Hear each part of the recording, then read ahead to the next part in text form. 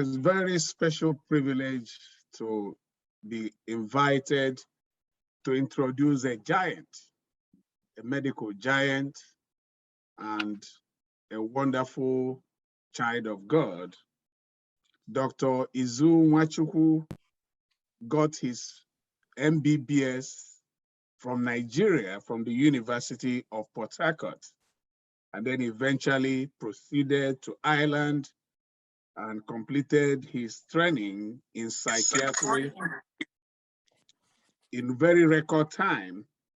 During this time, he held many administrative, academic, and leadership positions, both at the National Postgraduate Training College and at various university medical schools across Ireland. Dr. Nwachukwu represented Ireland in different roles at European level, typically as the only non-EU citizen and the only Black person. He moved to Canada. As many of you may not know, it's not an easy thing to come to Canada and begin to practice your profession. Many people have to start from factory job or drive cabs or do all kinds of things. But because of his accolades and his achievements, he was employed directly, and he came to Canada and started also working as a physician. Dr. Nwachukwu has enviable highs in clinical practice. He has many training and experience in medical leadership, both in the academia and in clinical practice.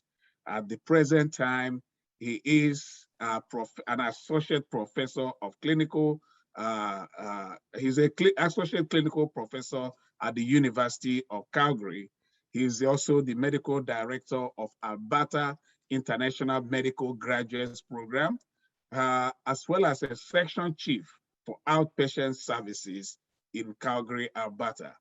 He's a member of Council School of Medicine, University of Calgary, and a member board of directors of Black Physicians Association of Canada.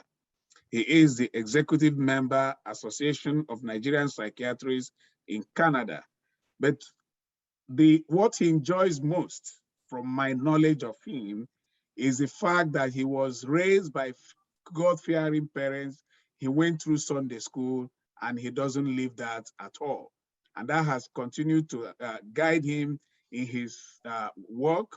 I can tell, even as a layman, he has a big hand in the planting of the church in Calgary, and even in the sustenance of that church in Calgary. Today, he is a knight of the St. Christopher's of the Anglican Diocese of the West. And in fact, he is the Bishop Chaplain for the Archdeaconry of Canada in the Anglican Diocese of the West. Dr. Izu Nwachukwu is married, and he has three lovely children. His daughter started about the age of 12 to teach Sunday school at Our Saviors. I have the special honor of calling Dr. Izu Cyril Nwachukwu my own brother, my in-law, and especially a friend. I am very proud of you. Over to you, Dr. Nwachukwu. Thank you very much. Thank you, Venerable Emenogu. And thank you, my Lord Bishop. I'm going to share my screen here so we can get into the business of the day. But before I do that, I really want to say a very special thank you to Bishop Orji and the wife, Mama Lillian, Mama Konam. It feels quite emotional for me, actually. The little village boy on such a big stage this evening, having been raised as a rural kid with very strong Anglican traditions. I know what it means, and I don't take it lightly to be sitting in front of this audience, speaking to bishops and so many clergy and clergy wives. I'm very appreciative of this opportunity of this platform. The month of November is special to me. My mom, who was the diocesan Sunday school coordinator in her time, passed on Remembrance Day 2005. So when I wear the red poppy, as I'm wearing this evening, I usually can't wait for the month of November to wear it. It has a special significance, and I know she's looking down at her little village boy on this stage this evening.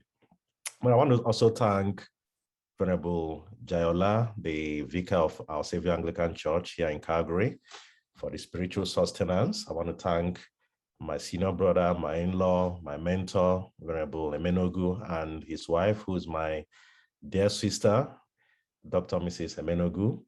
I also want to thank my mentor and my adopted parents, Venerable Obiomokere and his wife. I don't know if they're online this evening, all the way from UK. So my thanks to the Bishop Oje's for many folds, this opportunity, one, but I also want to thank him on behalf of the whole diocese for how he recognizes the importance of mental health. I'm a psychiatrist, and before COVID-19 and until fairly recently, I will be that doctor that people don't want to associate with in the shopping mall, because if you say you know me, people start looking at you somehow. But Bishop Oje has brought mental health awareness to the center stage, this has helped address the stigma, but also understanding that we are psychological beings. And my specialty is not just about people who are mentally ill.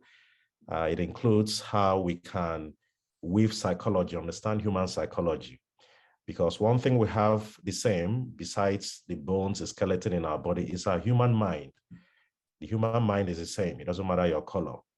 Human beings will do the same thing, given the same set of circumstances, because we are all psychologically the same.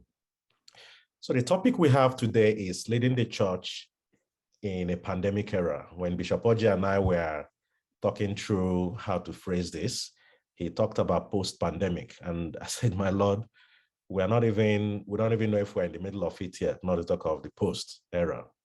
So this is a peri-pandemic era. And we know that besides the pandemic, which has lasted 2 years now, there are lots of other things going on in the world. It's the culture war we are witnessing, tribal clashes, cyber warfare, climate crisis, religious intolerance, economic uncertainties, supply chain crises, inflation, and all whatnot. So there's a lot going on. And some have argued that this may be World War III, because World War III was never going to be about guns and nuclear weapons and all that. Is it about cyber warfare? Is it about tribal clashes and fake news, the post-truth era?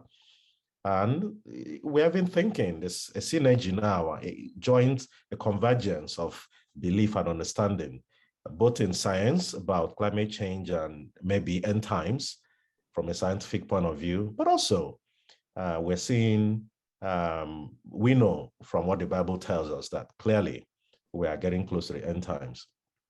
So with all these things happening, it's important and rightful that the church has to stand to be that strong beacon upon which the people of God will rest on and be assured to find succor.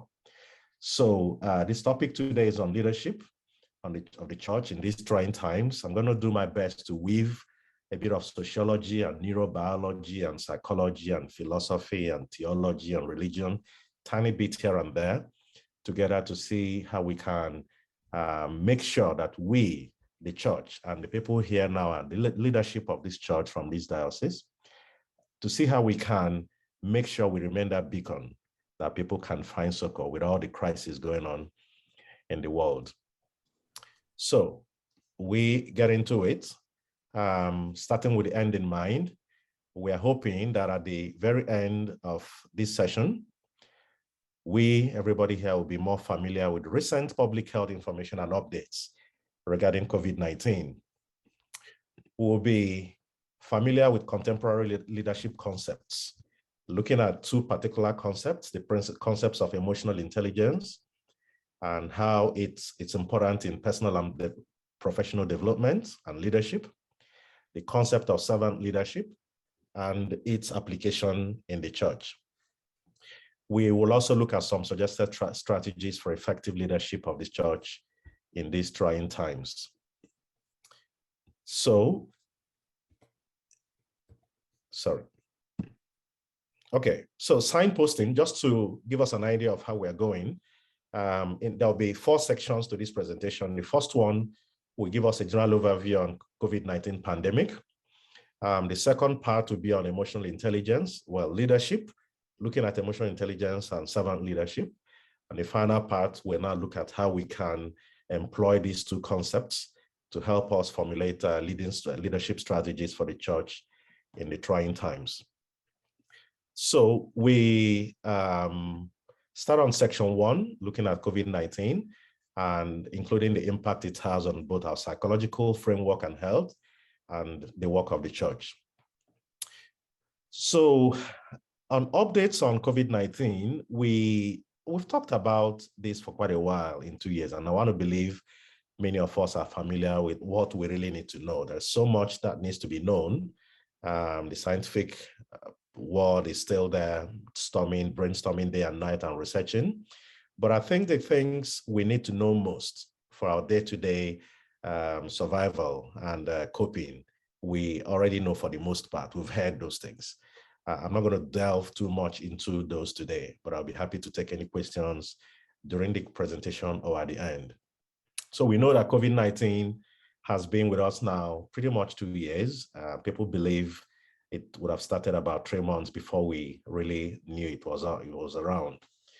I like to say that COVID-19 has infected relatively few, right? Because even though it's in millions, but if you consider the population of the world, still only relatively few have been affected. But it has affected basically all of us.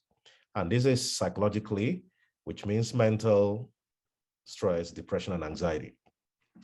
We know the ravage right now is being caused by the Delta variant, which was first isolated in year 2020, pretty much all over the world right now.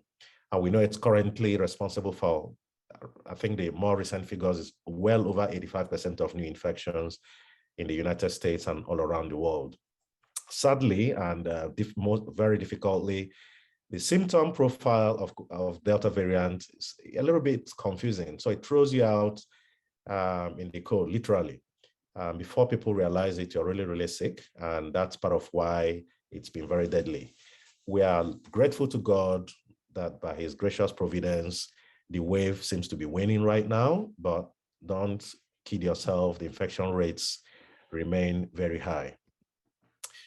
Some of the psychosocial consequences of this pandemic would include trauma. So direct trauma and vicarious trauma. Trauma, we know what trauma is. Direct is when people have experienced these things themselves. So I'll be shocked if there wouldn't be quite a, on the reasonable percentage of people here today who haven't dealt with COVID-19 infection themselves directly. So some people have had to end up in emergency rooms, in ICU for days, in intubation, and had all sorts of things happen to them directly. But vicarious trauma is the indirect experience of trauma, something you've witnessed in a family member, in a church member, in a colleague at work, and for some of us who are in healthcare professions, just in the course of your duty. So there's been a lot of direct and vicarious trauma, primary and secondary losses, primary losses being mostly, especially loss of life. None of us here have lost our lives, that's why we're here, but some of us have lost loved ones, colleagues, friends, and so on. But besides the primary losses, you also have secondary losses. So for example, you lose a relation in Nigeria, whether to COVID or not, you can't travel to be part of the funeral, to be part of the grief process back home. So that's a secondary loss. So there are losses of income and employment and all whatnot. So both primary and secondary losses, there's a sense of collective grief. The acronym here, DABDA, is something I remember from medical school, the stages of grief. So the first thing is denial. Then there is anger, then there's bargaining, and there's depression, there's acceptance. Typically, there should be an arrow point in this direction, but we know in real life, it kind of oscillates, right? And for every one person, if the person or a family member becomes infected with COVID-19 today, they could just be on their own denial stage, whereas some other person is further down the line. But we know there's collective grief going on. Unemployment and financial constraints, I don't need to speak much about that. Stress, depression, anxiety, and addictions, we will delve a bit more into as we go down the slides. A lot of family destruction of the family. That's one of the most pathetic effects of COVID-19, strained and broken marriages and distorted family dynamics. So we are here today as clergy and church leadership because we also recognize that there have been challenges to our faith and spiritual well-being as a people. Don't take it from me, United Nations Department of Economic and Social Affairs, by this publication, everyone included social impact of COVID-19. So we know, as I said earlier on, political divisions and conflicts, the anti-vaxxers, the people that believe COVID-19 is real or that it's not real, and people taking all sorts of positions, and we see what it's causing, school boards and all those crises. We also have economic crisis, is supply chain is catching up on us because over the past 2 years, production capacities have been reducing, but it's now catching up on us. And inflationary trends because people have saved up so much money, and so much money chasing too few goods is not helping matters.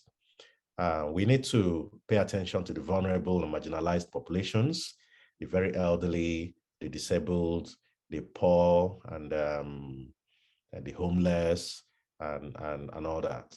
And then there is a mental health pandemic that we will again delve a little bit more down the slides. So again, a gloomy picture talking about depression and anxiety. You can look at this slide here. I like this because it pictorially shows us.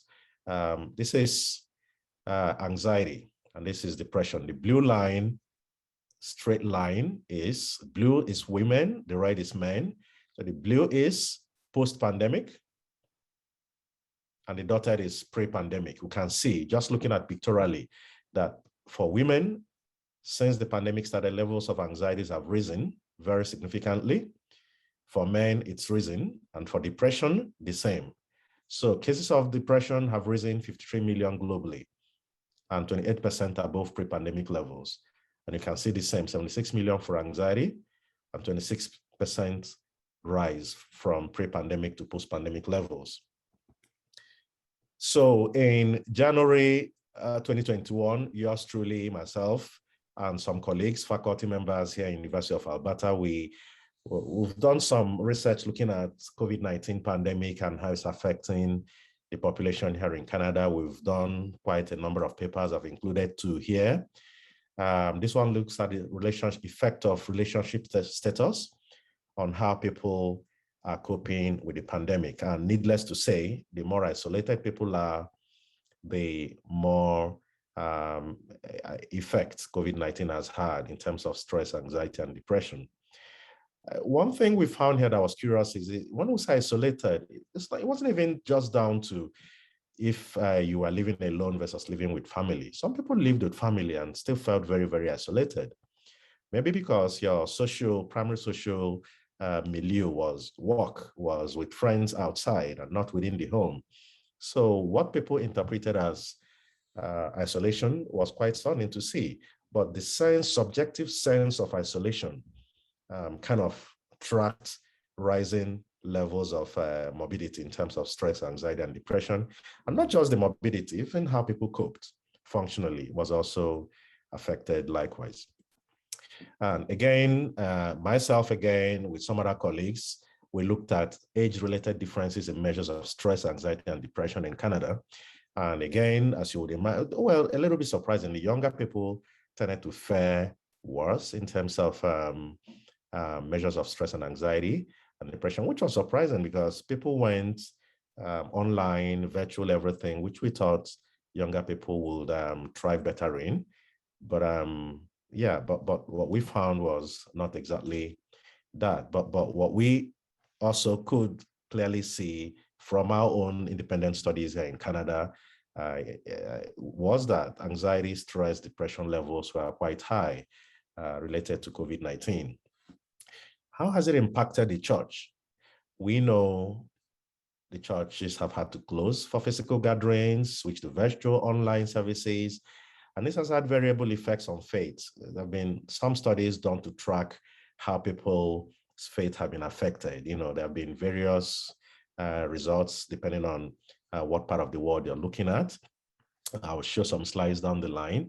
There have been financial constraints for individuals and therefore the church, because it's people that give money to the church.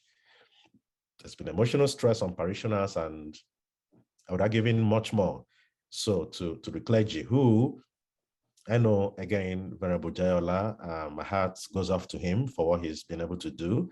Nobody got notice that in 3 months' time, you're going to have to do online service. Everybody had to be plunged into it, try to make it up as you go, learn as you go, and try to switch. So I recognize from seeing him and other clergy that I'm close with, how stressful this has been on all of us here. And the concept of moral distress and moral injury comes to mind, especially when it comes to clergy in this forum. But I, as a healthcare professional, I think we've gone through a lot of moral distress and moral injury, and I will talk a little bit more, show us more about what this concept means. On the positive side, though, we've seen increased reach via online platforms, and that could be the long-term gain of COVID-19, because I do take the view, Reverend Emeka Abano in our church here, in our Savior Anglican Church, Calgary, when he's preaching the sermon, he will say, "Thank you for inviting me into your home." Because I think COVID-19, God had his way of making us remember that the family is the first church, the home. As a family, it's the home. As an individual, it's your heart.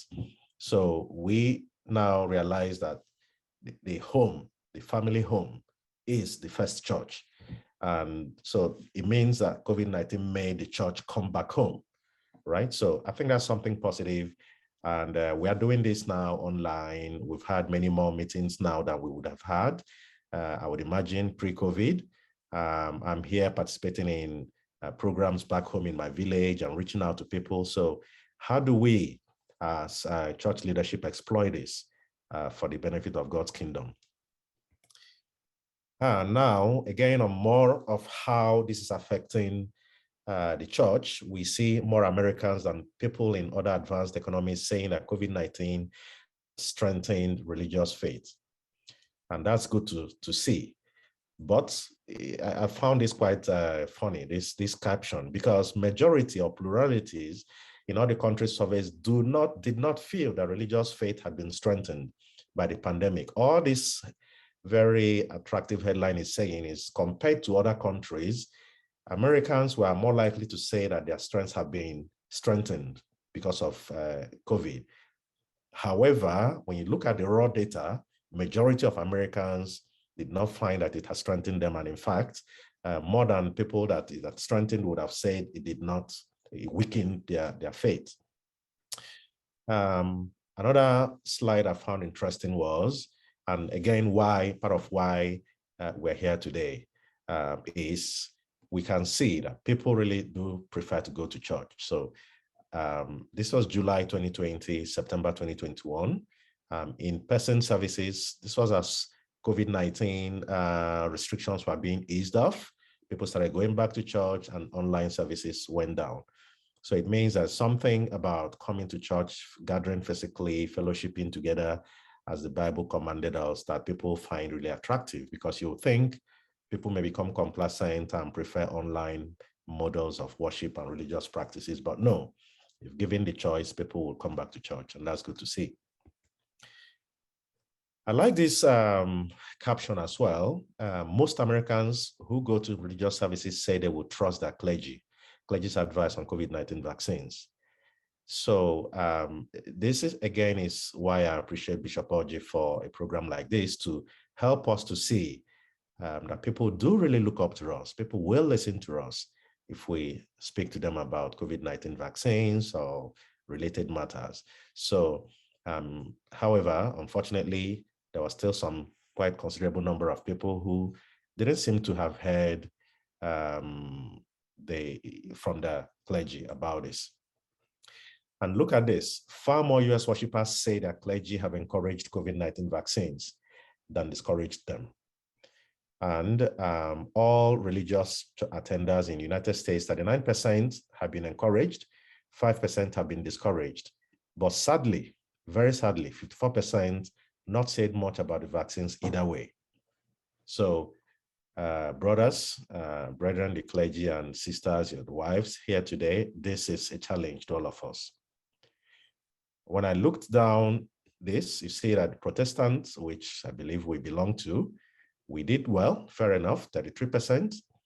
33% have been encouraged, 62 not said enough. So that's worrying.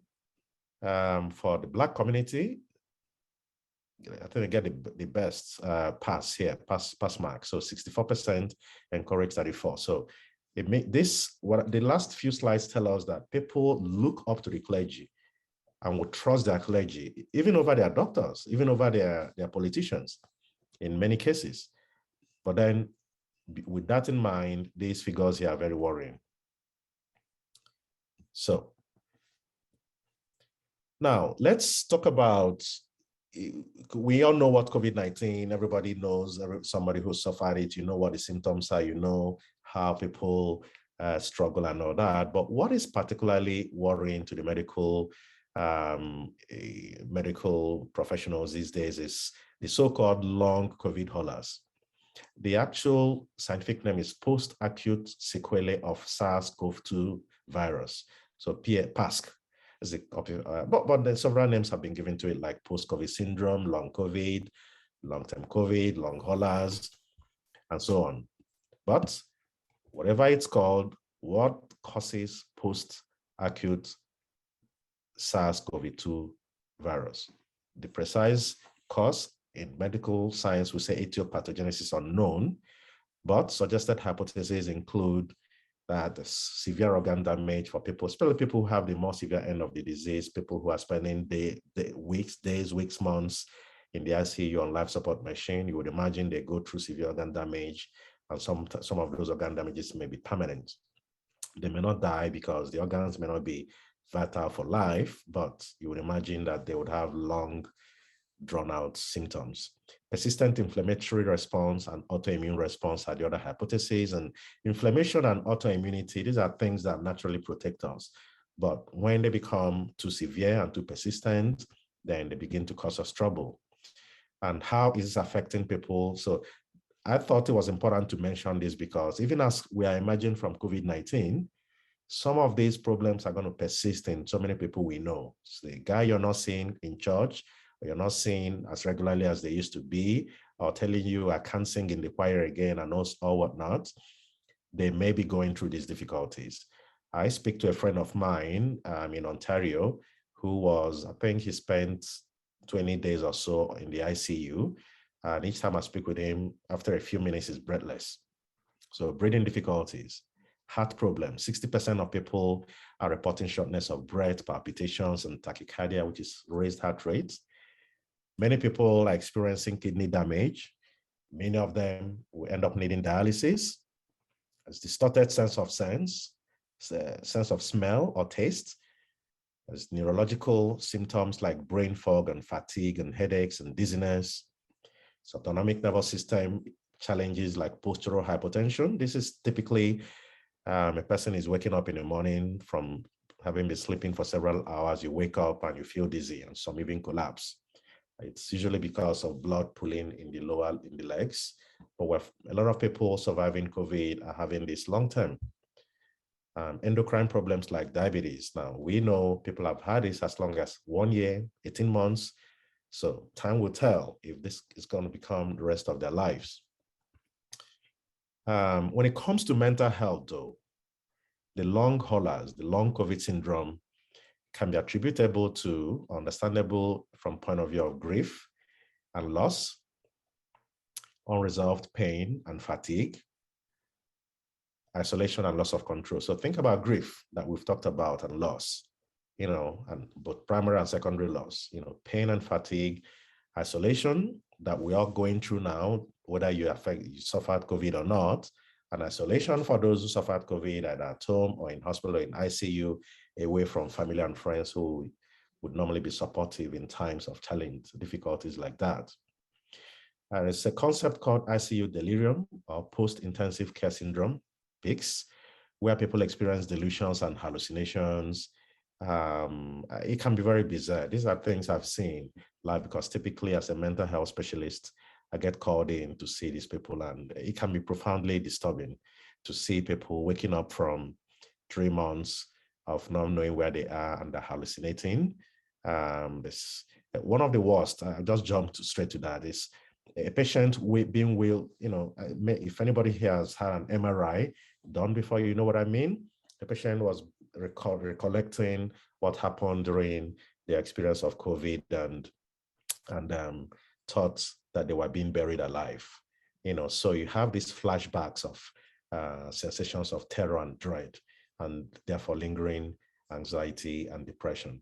So these are all the things a lot of your parishioners are going through today, and a lot of them will be going through for the long-term or foreseeable future. And these are some of the reasons why we need to tune into, rethink leadership in these times, rethink how to support ourselves and support the people we lead. In terms of the outlook of where we're heading with COVID-19, Canadian Psychological Association in February this year released this statement: the tale of COVID is going to be a long one. It's going to be psychological and financial. I think they missed out medical there, because there's still going to be a lot of medical things going on.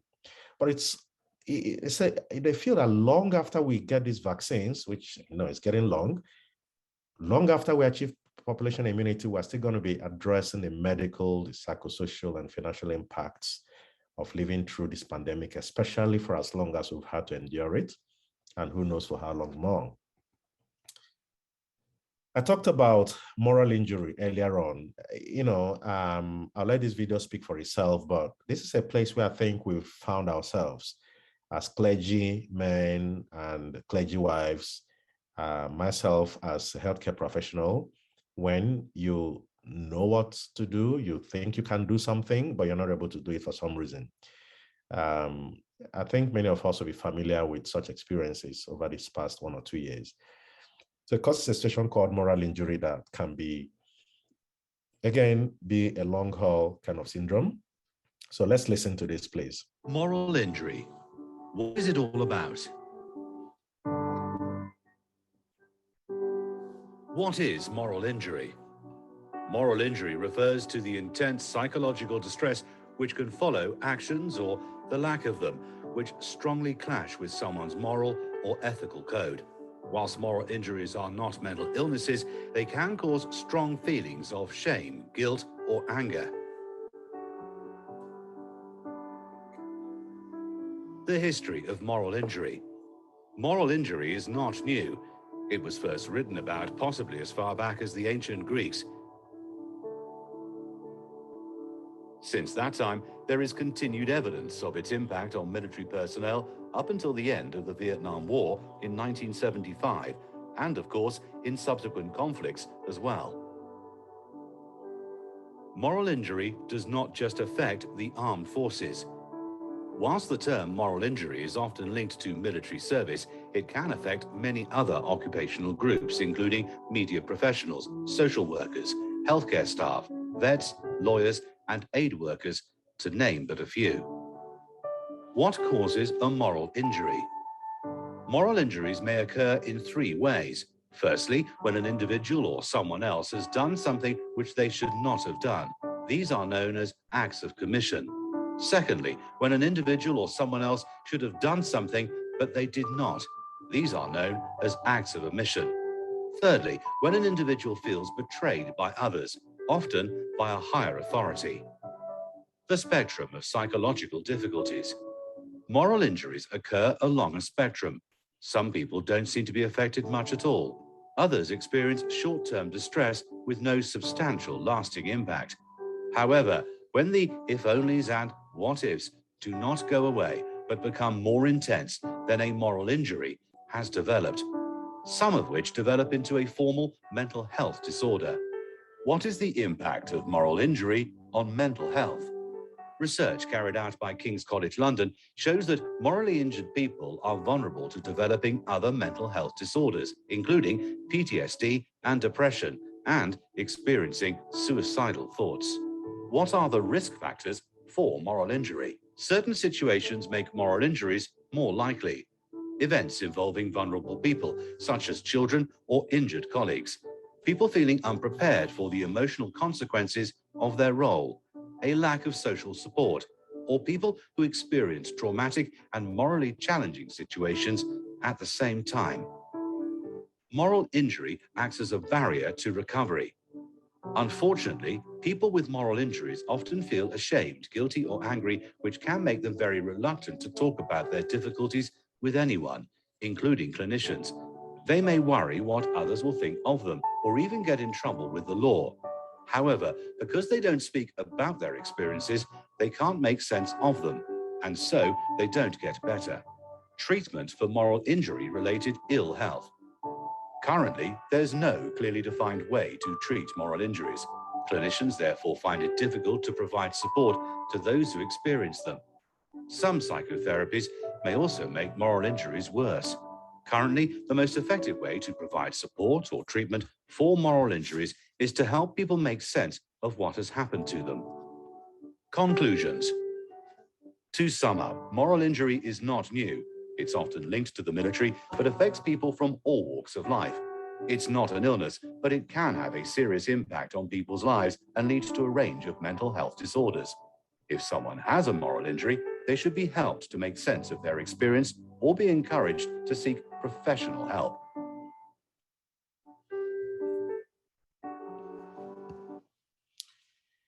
Okay, so thank you. Still on the concept of moral injury there, we can see some of the key things would be people who are vulnerable to these are people in the care profession, especially when you have been unprepared for the psychological consequences of an experience you're going to face. So I don't know how many of us were prepared for what we had to deal with as COVID-19 unfolded on us. And what is the treatment? There's no specific treatment except provide support for the people suffering moral injury and provide counseling, which again, support and counseling are things within the realm of clergy to provide as part of your leadership, of effective leadership of your congregation. So that is the essence of this. So that leads us to a good segue to section 2 of this presentation, which is about leadership. And we're going to look at two concepts related to leadership: emotional intelligence and servant leadership. But what does leadership mean? Some people describe it from a very goal-oriented way, to say organizing a group of people to achieve a common goal. For example, you want to cut a company, Microsoft wants to cut down their bottom line at the end of the year. They hire a CEO who is a no-nonsense person. He lays off a lot of people, squeeze people through the eye of a needle to achieve a goal, which is to cut down the bottom line. Another school of thought, and there are many schools of thought, not just these two, but a process here where there is social influence in which one person, i.e. the clergy, the aid of support of others, the parishioners, accomplishment of one goal. So this is more like that social influence and process-oriented perspective, where the goal is expansion of the kingdom of God in our own case. So it's a process where we, as leaders of the church, we work with people, and it's not that goal-oriented. The process is important because we want to support the people we work with. We want to help them to make heaven, but it's not about me or you. It's about the kingdom of God, the expansion of that kingdom, and make sure that all of us make it to heaven together as a group. So how the people fare in that process matters to this leader. Looking at it from this perspective. But perhaps one very good way of looking at it is, as described by the 6th President of the United States, John Quincy Adams. He says, if your actions inspire others to dream more, to learn more, to do more, and to become more, then you're a leader. And the key word there is inspire. The key word there is inspire for me. what does that mean? It's very loaded in this context. It means the leader will conduct themselves in a manner that spontaneously encourages, persuades, and motivates their followers to do better. So there's no coercion, there's no force. You spontaneous people. That's why the social learning theory comes in. People see you and aspire to be like you. So that is the kind of leadership that I was drawn to, just seeing what Quincy Adams said there. So I am going to let us do a poll here. Okay, so can people please answer this question for us? Which of the following puts our physical health at most risk? Chain smoking, toxic emotions, no difference between A and B, and neither A nor B.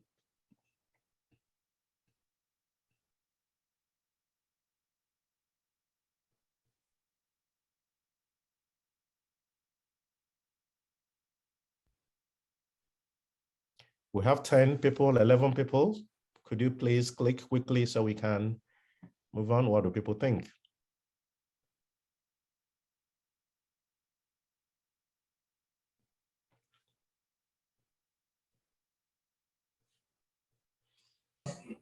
Okay, we have 31%, 35% participation. Give us 1 more minute at least. Okay.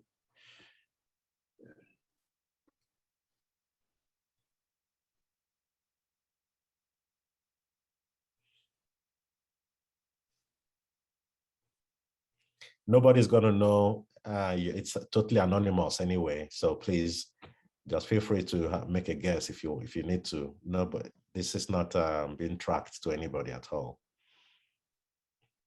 I actually want to make sure I say my name, my answer. No. No.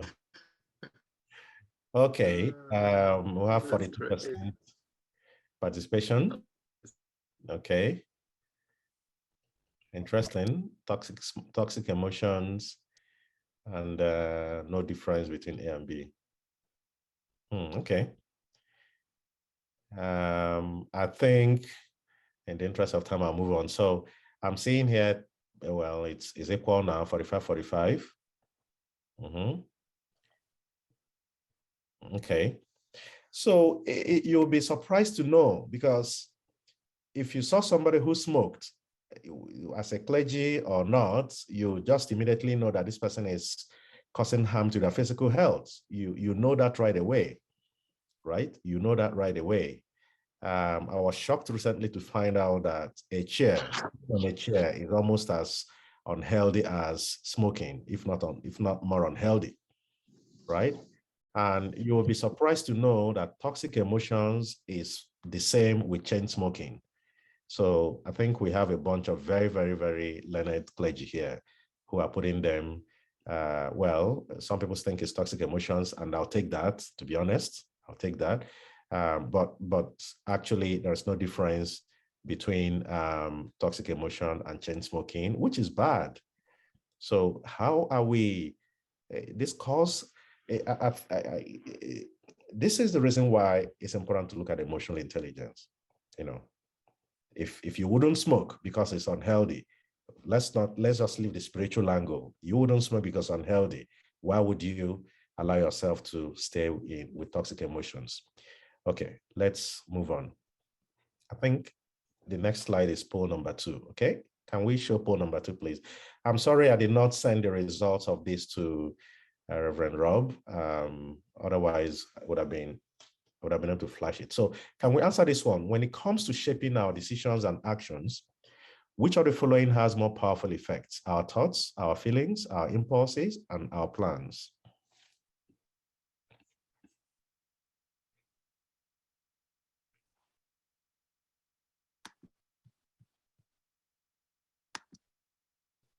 Again, this is anonymous. Feel free to take a guess.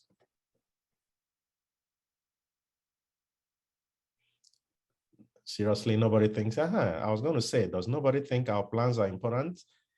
have a powerful effect on shaping our decisions and our actions. Okay, it's good to see that.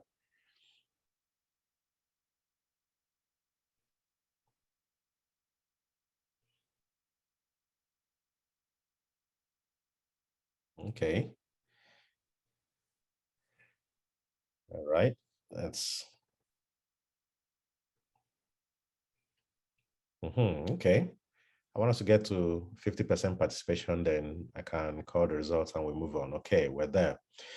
52% of people are thinking it's our thoughts. It's actually our feelings. You'll be surprised that how you feel about a thought in your head determines more what you do with that thought, how you feel.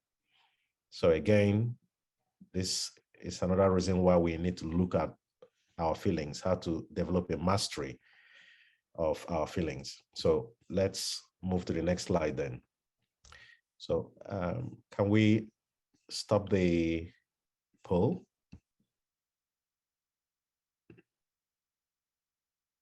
Sorry, Reverend Rob, are you controlling that or me?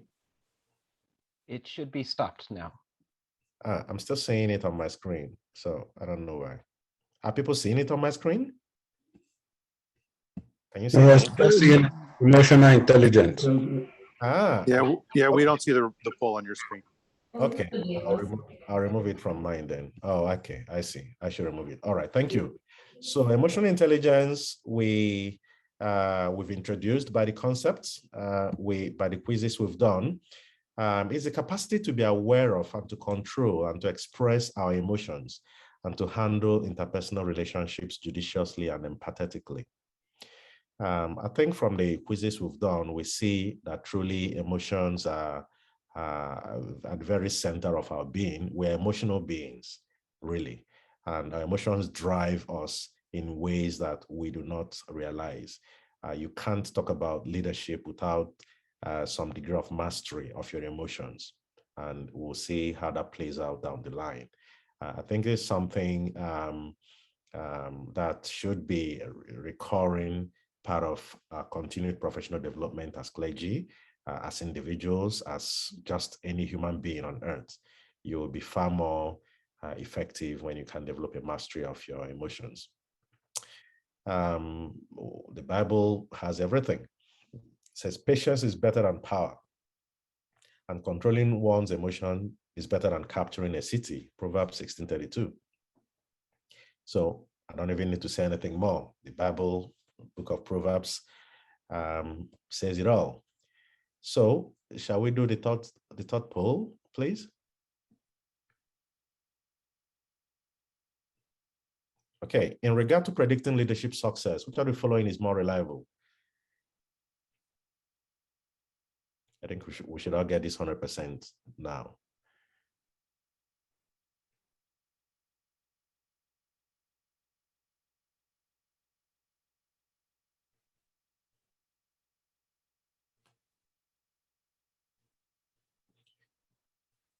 Okay.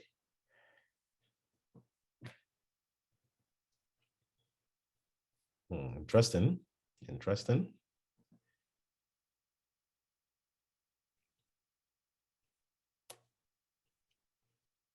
Again, I'm hoping we get to 50% participation, then we can proceed.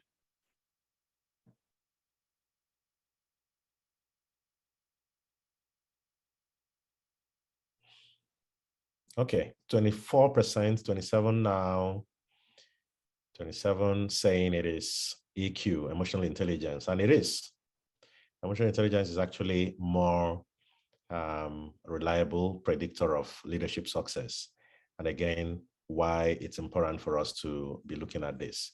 I don't think during this session we'll do all the justice that needs to be done regarding emotional intelligence, but I'm hopeful that I would have sown the seeds in our heads today to go back and reflect more, continue to look at our emotions, continue to read books and seminars, conferences, anything that helps us attain some mastery of our emotions will help us a lot in our individual lives, in our professional lives as clergy, and so on.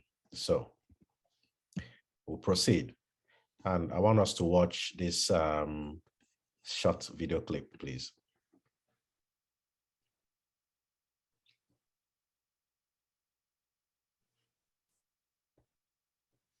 I think a successful CEO is someone who has a good grasp of the larger systems that are impacting the business. For example, the economy, technology, the environment, social change, culture trends, all of those, because that allows a CEO to determine what should our strategy be going forward.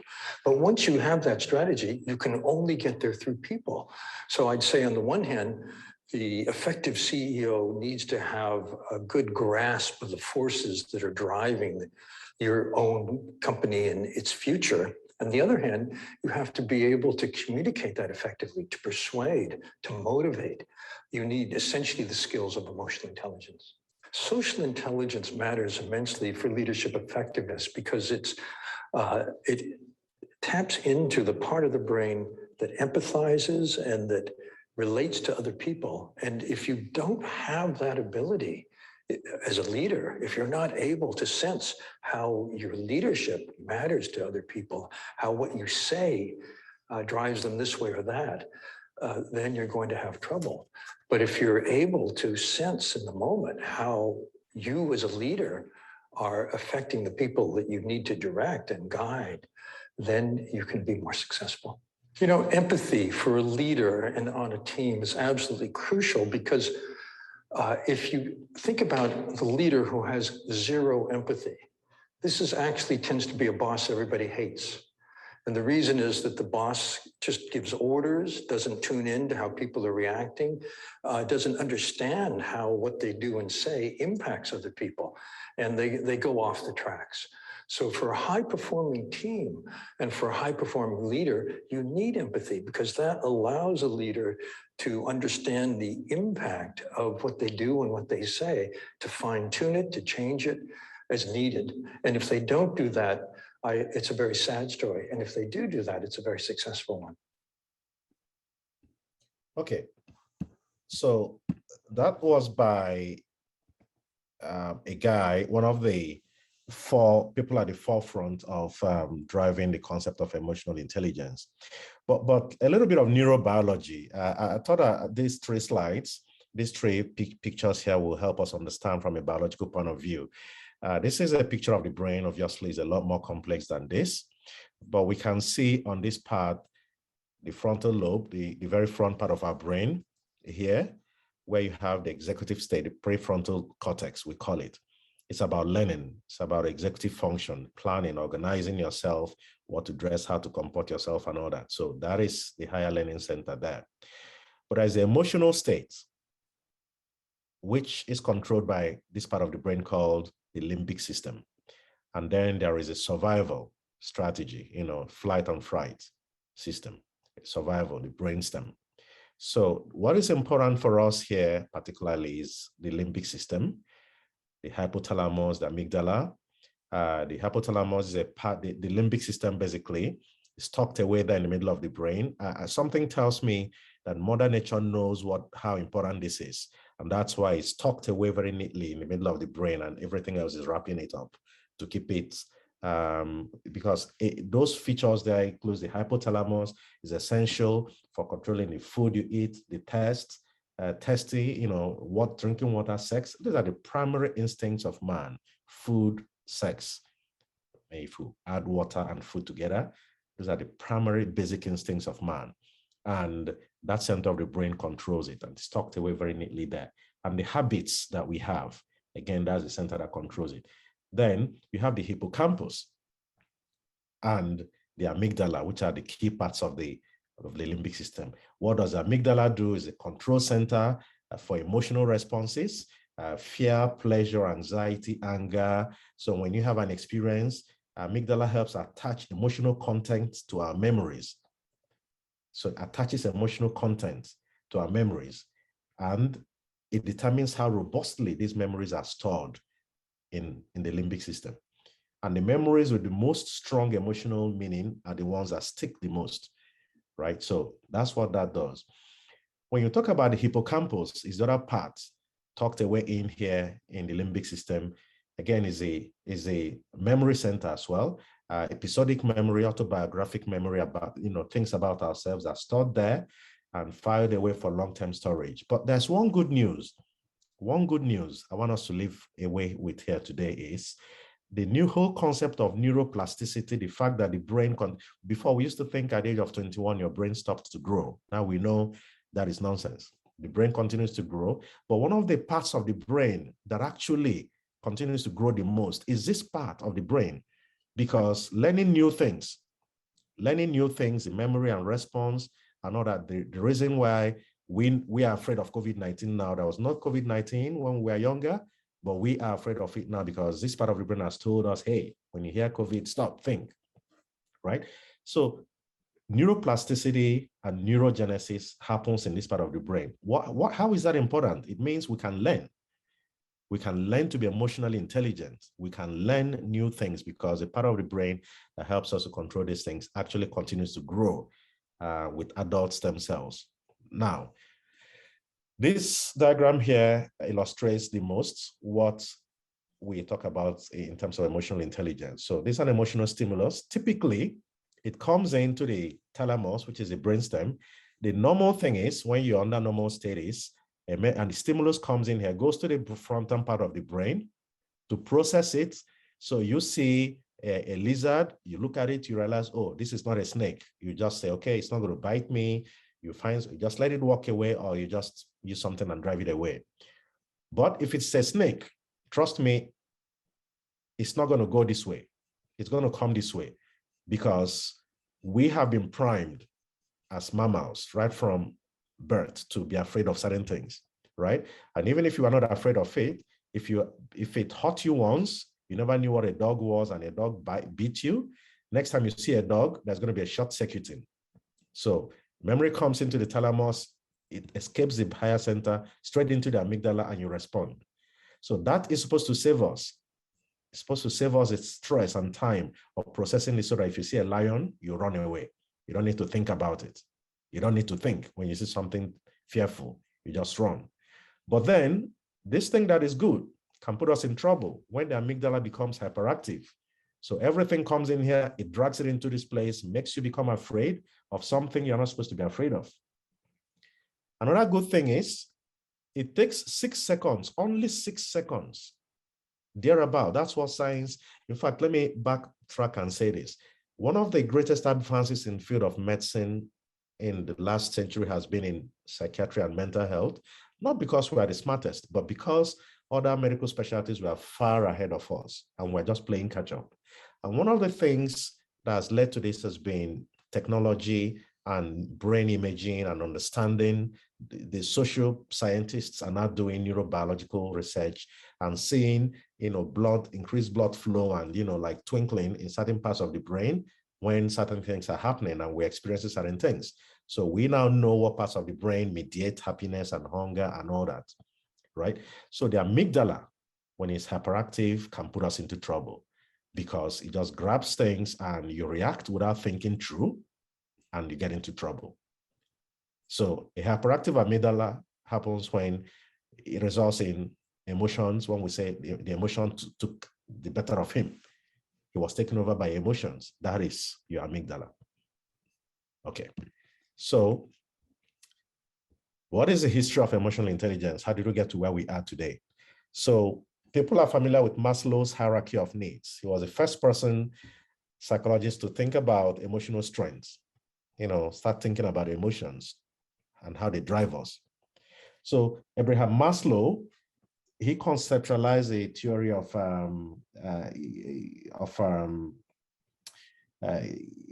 innate human needs, how we drive to satisfy our innate human needs in priority, culminating in self-actualization.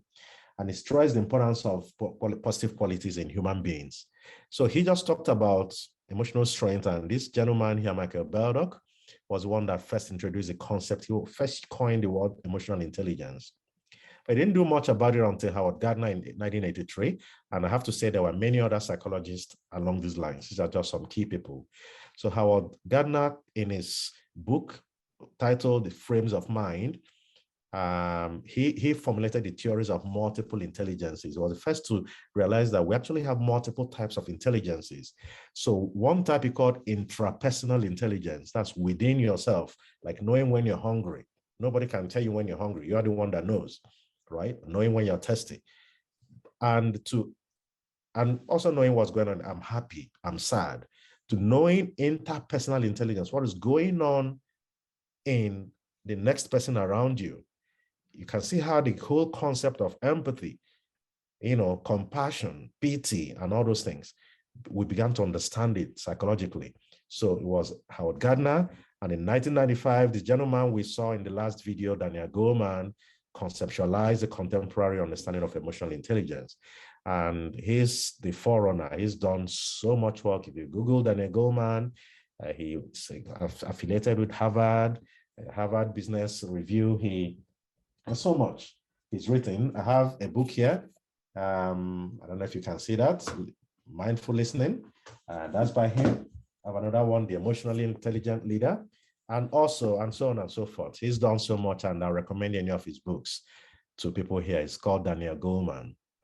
What are the components of emotional intelligence? You have self-awareness, self-regulation, social skills, empathy, and motivation. And we'll take these quickly one after the other. Can we do another poll, please? Which of the following is best predictive of a future of success, accomplishment, and fulfillment in a child? For a child, if you have a little child and you want to know how successful they will be, is it their capacity for self-awareness, capacity for self-regulation, capacity for social skills, capacity for empathy, or capacity for motivation, being driven? Which do you think will be most reliably predictive of future accomplishment and success and fulfillment?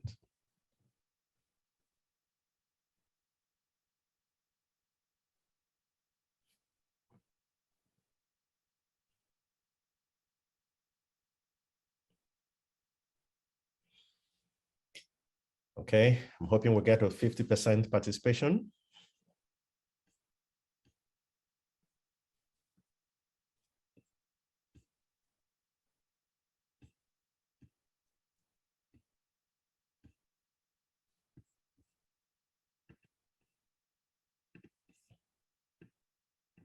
Okay, we have 50% mark. We have majority of people saying it's self-awareness, followed by motivation and self-regulation. But brothers and sisters, I'm sorry to say, it's actually self-regulation. So only 18% of us are right. The ability of a child to regulate his impulses and drives.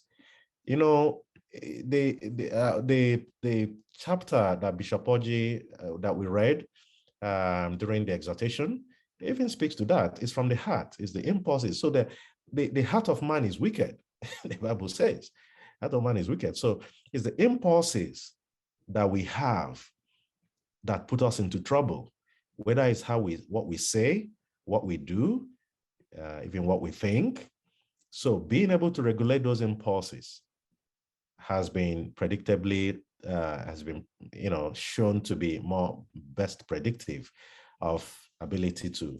So that's quite interesting. And I showed that thing about the amygdala there. So you can see that thankfully there's neuroplasticity. Thankfully, something I didn't say then was it takes 6 seconds.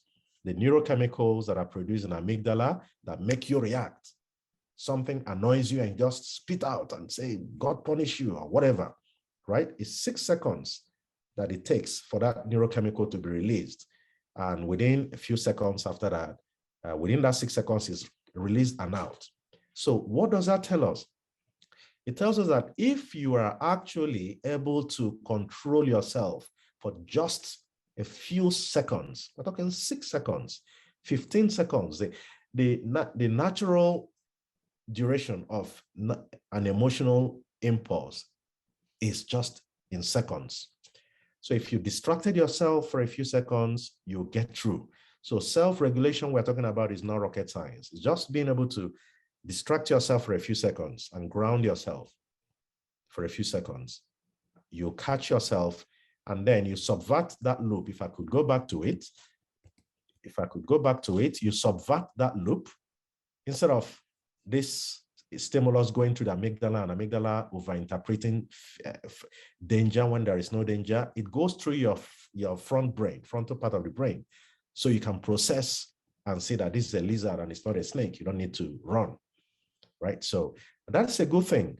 It puts the power right in our hands. So let's look at those components of emotional intelligence, particularly as relates to the Bible, because again, if the Bible didn't tell us about emotional intelligence, then it's not complete. And we know the Word of God is complete. We already saw the Proverbs there, 16:32. It says, whoever is slow to anger is better than the mighty, and he who rules his spirit is better than he who takes a city. So there you go. We can't even say it was Daniel Goleman and all these people. The Bible told us about emotional intelligence. But what about self-awareness, the ability to know one's emotions, one's strengths, weaknesses, drives, values, and goals, recognize their impact on others so as to guide our decisions. So man know that self. One of the philosophers of I think the early stages of philosophy said, man know that self. I can't remember the name of the person. That's what self-awareness is. You must know yourself. And Proverbs, you have Proverbs 14:18. You have Proverbs 26:12. Do you see a man who is wise in his own eyes? There's more hope for a fool than for him. So self-awareness, sorry, I think I have my slides mixed up a little bit here. But anyway, we can see 1 Timothy 4:16. Keep a close watch on yourself and on the teaching. Persist in this, for by so doing you will save both yourself and your hearers. Okay, 1 Timothy 4:16. In so doing, you will save yourself and you will save your hearers. That is self-awareness for us.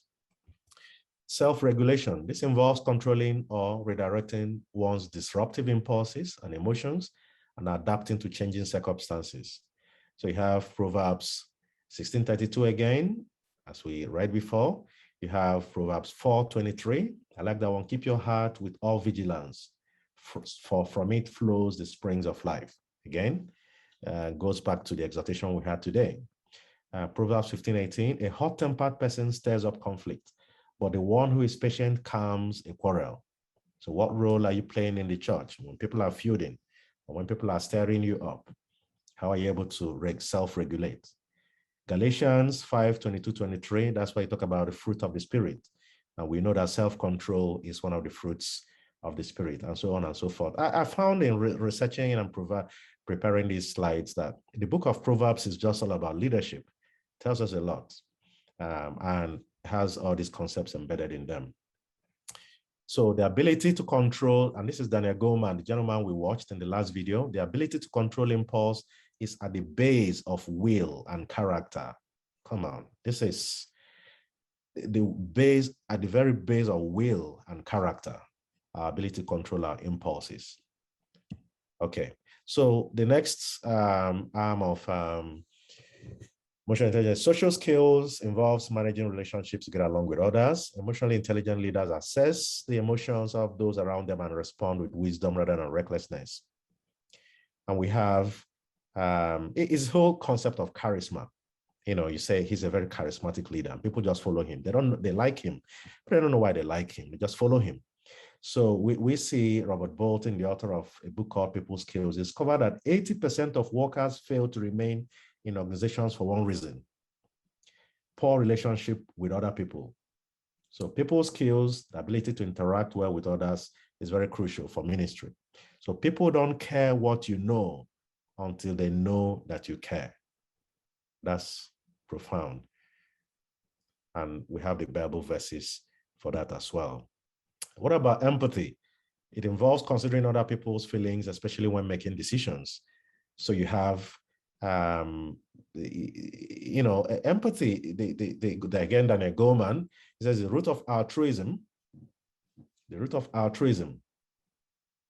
lies in empathy. That's the ability to read and understand emotions in others.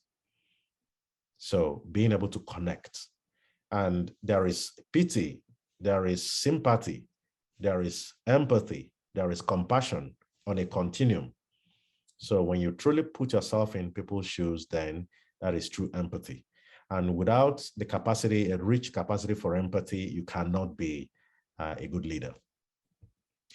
Motivation is being aware of what drives you. And Isaiah 26:3 says, "Thou wilt keep in perfect peace, whose mind is stayed on thee, because he trusted in thee." So what is it that drives you? You know, it has to be the will of God. It has to be the love of God. It has to be the word of God. It has to be, you have to be grounded in that. And what drives you has to be that. And if that is what drives you, then you're going to be a better leader, and they're going to be emotionally intelligent, because you know, my father used to say, Marebishi, know where you're from. He will call us, we are 6 boys and 1 girl, he'll call the boys, everything will marangish, know where you are from. That my father believed that if we remember the home we come from, if we always bear in mind where we come from, we will never get into trouble anywhere in the world. He had a firm belief in that. And for us Christians, if we know where we come from and the God we serve and the relationship with him, then we'll never get into trouble.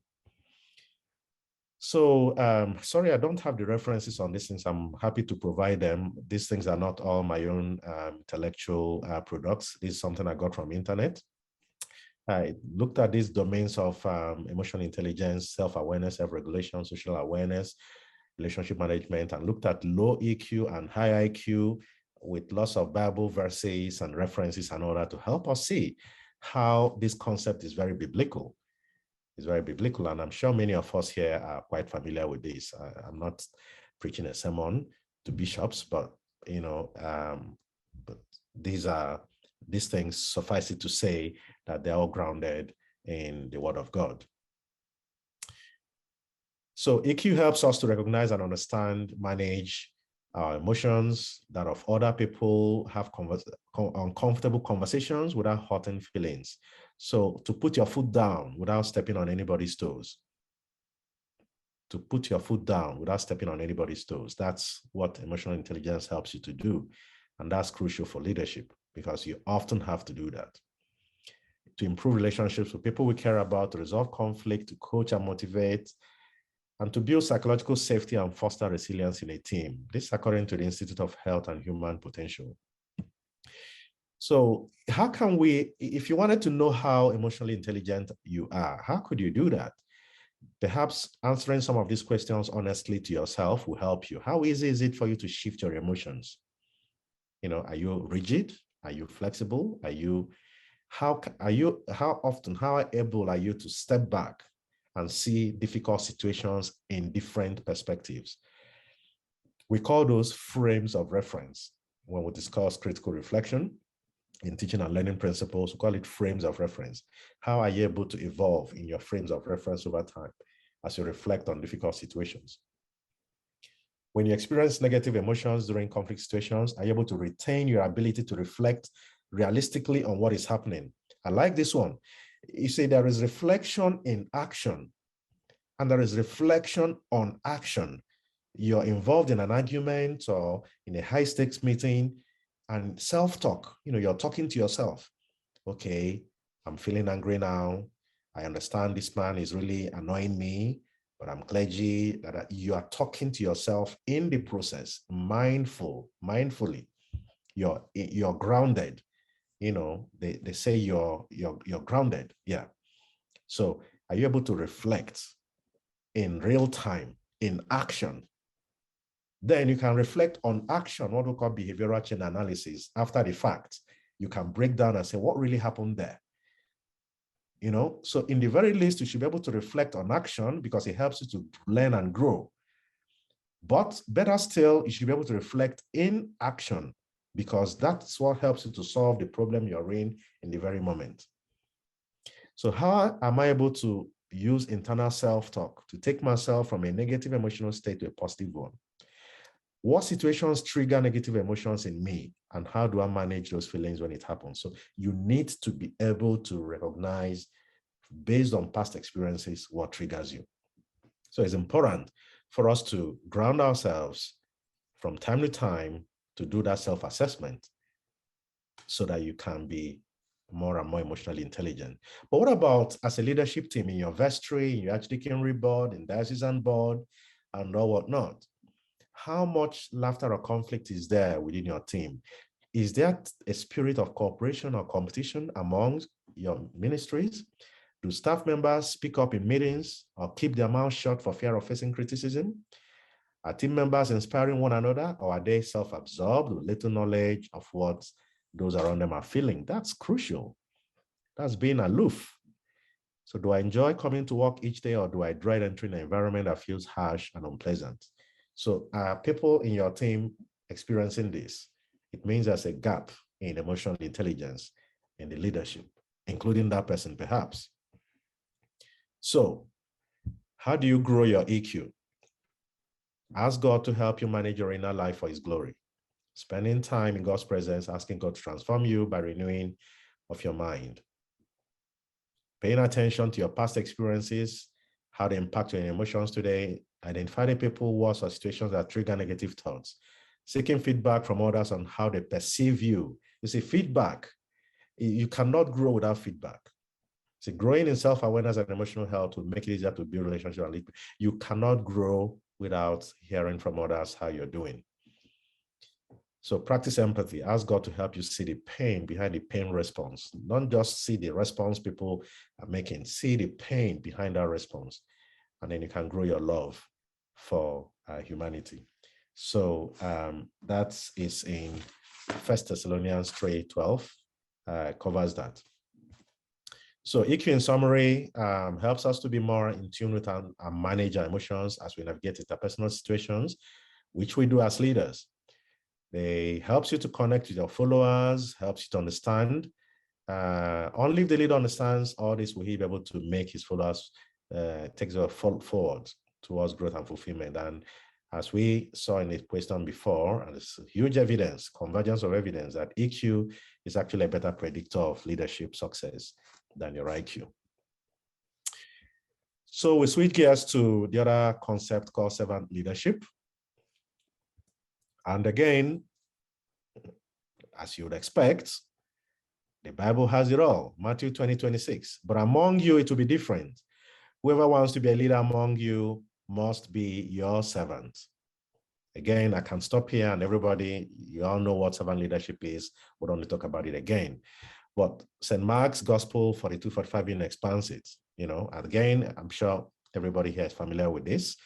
When Jesus called them together, I'm sure we know the story. But not so with you. Instead, whoever wants to become great among you must be your servant.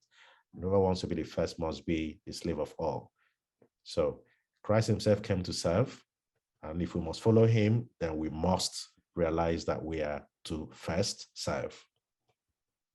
So what's servant leadership? It's a leadership style with primary focus on empowering and uplifting those being led towards achieving a shared goal. Emphasis here is on authority and influence and not power and control. A concept introduced into modern literature by Robert Greenfield in a book he called The Servant as a Leader in 1970. And this has become more popular these days because we're in an era of life where resiliency, fostering resilience has become paramount in leadership. So again, good examples in the Bible. We know the stories. Everybody here is clergy wives. So Numbers 12 and Exodus 32, we know all the experiences when people mocked God and Moses doubted him. If God truly spoke through him and all that. But, blot me out of your book, which you have written, if you will not forgive their sins. So he takes his life. Moses understood what it meant to feel the pain of the people he led. And multiple times it was to the extent where he actually was willing to pay the ultimate sacrifice for the people of Israel. And this story is one of the stories I like most in the Bible, the story of Mordecai, the Queen Esther and the king and Haman. Again, people are familiar with this story, but this is a woman who actually did stake her life for her people. Esther was willing to pay the ultimate sacrifice. She was a true leader. She felt, you could see the empathy, the social connection, the look at the self-regulation. Esther actually was able to control her emotions, to invite Haman and the king to dinner. Said, come to dinner. And imagine somebody who wants to kill you and kill your brother and kill the whole people of the Jewish people. But she was able to keep her anger under control. Had a plot, called the king, called Haman to dinner, and they ate. And it was after dinner that Esther was talking to the king and made the demand, right? So that is self-control. That is self-regulation. So Esther embodies a lot of what we've discussed in terms of both servant leadership and emotional intelligence. So Peter, again, we know he was very impulsive, kind of inconsistent early in his career or ministry, but he evolved. He evolved when that leadership was trusted on him. Finally, when he felt the weight of it, in 1 Peter 5:1-4, he addressed his fellow leaders as fellow elders. You know, he recognized himself merely as one in a community of elders. So he didn't see himself, and Christ said, upon you I'll build the rock of my church. But he didn't exalt himself. He made himself, he was humble about the authority he had. And that helped him to be a more effective leader. And if Peter could change, another thing I take from this lesson is Peter could evolve. It means it's not late for us, not late for any of us. If we have deficiencies in leadership that can be corrected by understanding these principles and practicing them, it means it can happen, especially through the special grace of God upon our lives. So cardinal features of servant leadership, vision. Moses had a vision, Peter, Lois people, Esther. Altruistic love, I like this one, altruistic love, altruistic love, humility, persuasion. Peter was Moses, persuading people of Israel, both by his own personal life and by power of communication, which is here communication, empathy, self-awareness, stewardship, so hope and faith. So these are all the cardinal features. I'm rushing through this. I don't want to, meant to go through each of these individually, but I know the time is yeah, I'm sure okay, I'm trying to see if there are messages here or questions rather. Okay. Now, how to become effective at servant leadership. So effective communication is key, especially listening skills. Most people think you're good listeners. You're not. We are just not. And good listening is not just keeping quiet. In fact, in medical school, we teach medical students, and I enjoy that class when I have medical students, and we always teach them to ask open-ended questions in the clinic. So when you go to see your doctor, they typically start with an open-ended question. And then I use a stopwatch and check how long it takes the medical student to interrupt, So we expect people to, for the first question you ask, your doctor asks you to give you at least 45 seconds so you can be free to say everything you want to say. But we like to jump in. We listen to respond. We don't listen to understand. So communication skills, especially listening skills. I used to attend a program called Toastmasters International. It's everywhere in North America. My brothers and my sisters, if you have time, you want to improve your communication skills, go to Toastmasters. There must be one around you. Strong capacity for empathy, self-awareness, and all these things we've talked about already. Essential strategies for servant leadership, again, leading by example, recognizing and appreciating each person's contribution in the team, because I believe in Igbo proverbs, as they say, "Nkuno namba negeren banri." The firewood in a community or a village is enough to cook their food. So in every community, once the number of people coming together get to a critical point, you become a community, and within that community, you have everything you need. If you want people that can sing or dance or play keyboard or do anything, it will be in that community. So when you recognize and appreciate each person's contribution or potential, then you foster a more collaborative environment. And if you can demonstrate empathy and compassion and be open to feedback, then you will be living the lives of Esther and Peter and Moses. Pros and cons of servant leadership. It does foster a sense of community, higher levels of spiritual growth, build future leaders, boosts morale and resilience, but it can be time consuming. People may require retraining because if you're not inclined that way, maybe you're not inclined that way. And some people may see the leader as a weak and ineffective person, but the person is, I was having a conversation with a clergy, I don't want to mention the name, and not too long ago, and we have done. So some people might feel this person doesn't know what he's doing, but he knows what he's doing. He's building from bottom up, because that servant leadership is bottom up as opposed to top down, right? So it requires strong communication skills, which doesn't come commonly to people. So we're in the final lap now, emotional intelligence and servant leader. How do we incorporate this in leading the church today?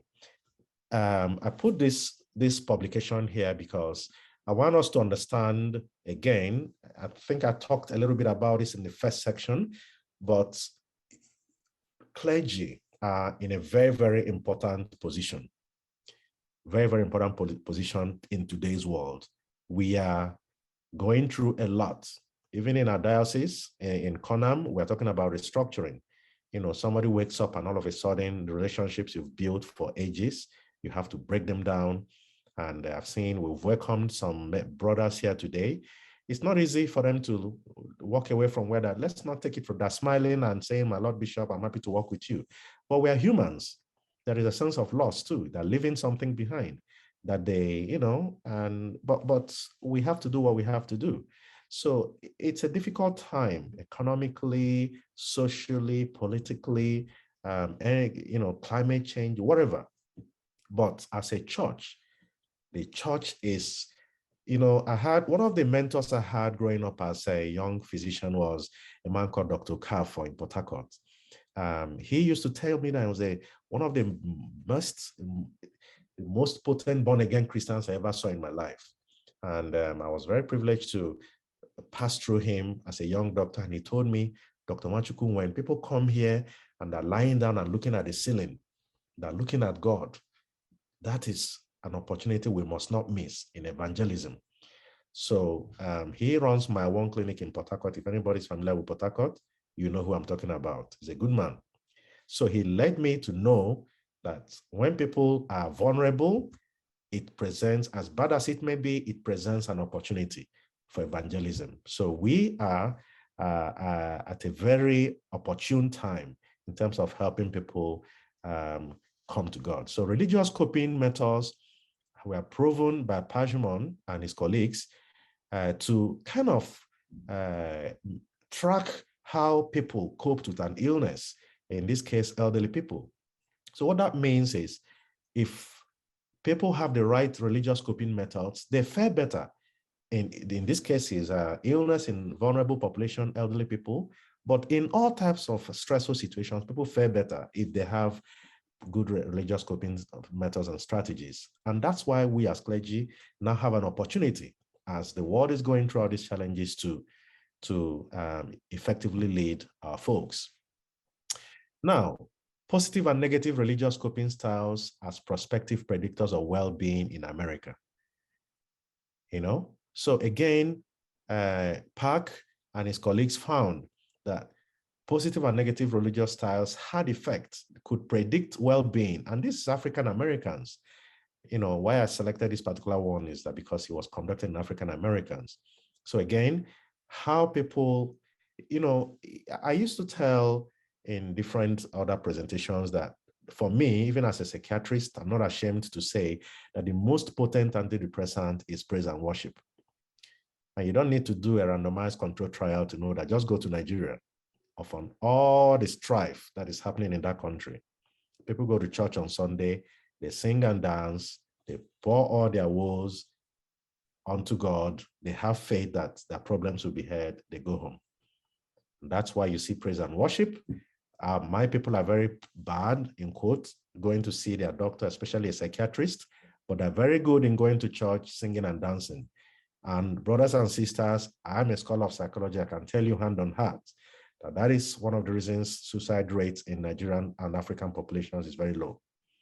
So positive and negative religious coping styles can predict well-being. And that's why we as clergy and church leaders are in an important position. So implications for clergy when troubled and uncertain times. The pandemic is only one of the many challenges and dilemma that humanity is struggling with at present. Effective leadership by clergy is no longer an option, brothers, it's now an obligation. And as I've said many times, for many people, the church and their faith is the last resort. So we can't let them down. As unfortunate as these times may be, there is a massive opportunity to recruit for Christ. So what are some suggested strategies of how we may do this? So be in tune with your own feelings and emotions. You have to start with yourself. You can't give what you don't have. Be self-aware. Attend to your own self-care. You can't give what you don't have. Validate people. When people come to you, validate. And I underlined it here. In the very least, do not invalidate. As a doctor, the Hippocratic Oath says, first, do no harm. You're not obliged as a doctor to do good. The obligation is to do no harm. So do not invalidate. One of the worst things you can do to a human being is to invalidate their feeling, invalidate their suffering. And that is why empathy is key to both emotional intelligence and to servant leadership. So the root of altruism lies in empathy, that's the ability to read and understand others. I've said these things before, people don't care what you know until they know you care. Connect sensitively and genuinely. Ask, how are you really doing? How are you really doing? Honorable Jayala and I were speaking recently, talking about reaching out to people, find out how are you really doing? The how are you fine is, that's just culture. But how are you really doing as clergy, one-on-one? And sometimes practical help and solutions and support are more important and more appropriate than religious rituals. Everything is not pray, pray, pray, pray. And Bishop Orji, is as if I did a little bit of expo to look at his exhortation today before preparing these slides. There are poor people around you. There are underprivileged people. Sometimes the church should look after people. It's not all the time people bring money, bring this, bring this, bring this, bring this, bring this. Sometimes the church should give. Church should lead by example, to give. That's the church as an institution. When we say servant leadership, it's not the clergy alone. The church as an institution should serve, should lead the community, the society, by serving the community and the society, and not by constantly being on the receiving end. So seek and be open to proverb. Again, Proverbs to feedback, Proverbs 26:12. Help parishioners to employ their faith in a way that makes them feel empowered and hopeful. So hope in mental health, the most potent harbinger of suicide is hopelessness. So my first role as a clinician is to instill hope. Instill hope. Your first role as a clergyman is to instill hope in a person. So the people in Nigeria go to church, they live hopeful, even if that hope is dashed, oftentimes by their own, self-inflicted, but they're living hopeful. Encourage people to reframe events and experiences through a hopeful lens. Foster a sense of connectedness and community.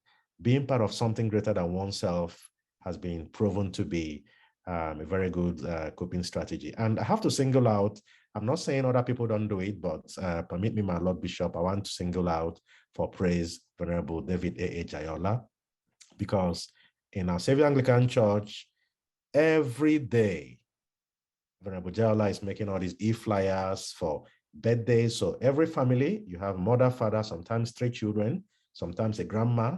So that is wedding anniversary, birthdays of each person. So when you think about a whole church, every day there are 2-3 events. And even when things are happening at diocesan level, he's making flyers every day. So we are celebrating each other. Even though we are worshiping online, we are celebrating each other I know people's birthday. We exchange pleasantries on the church WhatsApp forum. So we have built a very strong sense of connectedness and community in our Savior Anglican Church.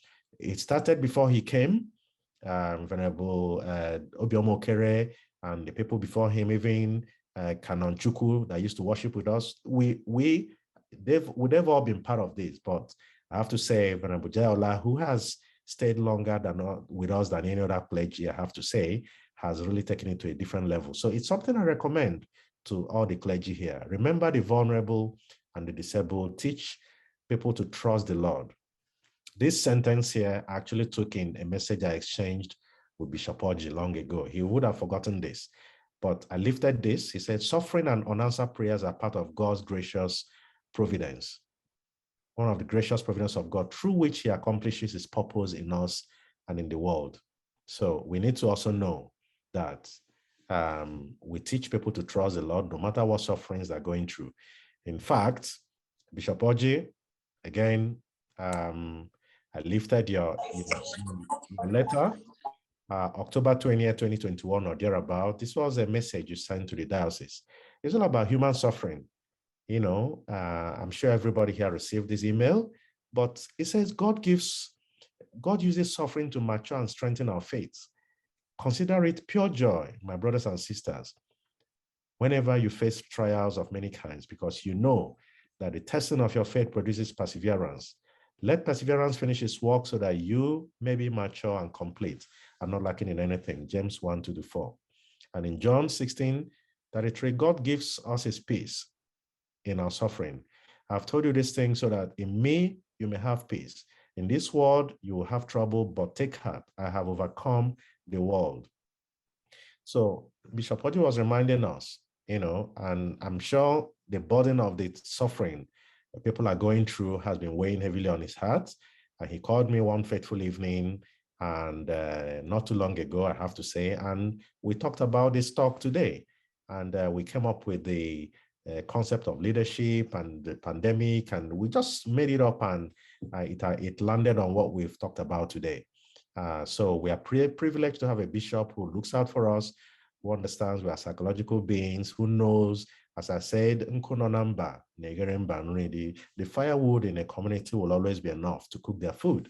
And Bishop Orji knows that myself, being a scholar of psychology, he knows to tap the right talents within to help the people. So thank you again, my Lord Bishop. And I will say, let us remember that in all the suffering, that we still have hope, we still have God above, and he's perfecting us even through our suffering. Thank you very much for listening, and I'll be happy to take your questions now.